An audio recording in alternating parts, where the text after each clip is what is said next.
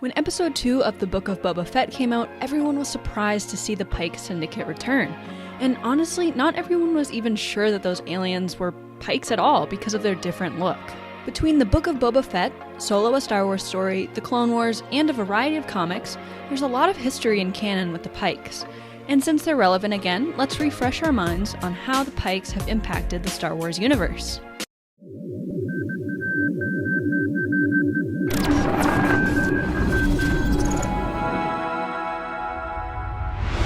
Hey everyone, my name is Emma Park. I'm a content creator here at Youtini, and today I'll be going over the history of the Pyke Syndicate. But before I begin, make sure you're subscribed to our YouTube channel and hit that notification bell so you'll be alerted when Youtini drops a new video. With that, let's get started. As seen in Solo: A Star Wars Story, the Pyke Syndicate deals primarily in spice from Kessel. The Syndicate itself is a part of the Spice Cartel, which is the greater organization that deals in spice. But they are considered the main controllers of the industry. A major portion of the spice is brought to Coruscant. Pykes are from the planet Obadiah, on which we spend a little bit of time in the Clone Wars. The Pyke Syndicate became a part of Maul's Shadow Collective. However, it wasn't the most stable of relationships. They left the collective, then joined again, and then aligned themselves with the Crimson Dawn Syndicate when Maul took over. Spice wasn't the only thing they dealt in, though it was primary. Kessel also had coaxium, which they controlled along with the spice mines, as seen in Solo: A Star Wars Story. The Syndicate used slaves for labor in both of these industries. They hired smugglers to transport their products. In fact, during the Clone Wars, the Martez sisters, along with Ahsoka Tano, were hired by the Pykes to transport spice. The spice business is nefarious to be sure, and the Pykes got themselves involved in some other serious dealings. Darth Tyrannus, aka Count Dooku, had the Pykes kill Jedi Master Sifo Dyas when Chancellor Valorum sent an aide along with Sifo Dyas to negotiate with the Pykes about their grip on the spice industry. So, the Pykes killed Sifo Dyas and captured Valorum's aide.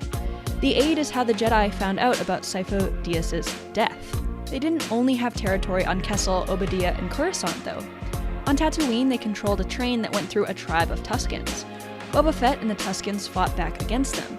Boba then communicates with the leader of the Pykes on Tatooine with the goal of getting protection money. Through this communication, Boba learns that the mayor of Mos Espa, Mok Shaiz, told the Pykes that they could have Jabba's old assets, which Boba thought were his. A ship drops a bunch of Pykes off on the planet.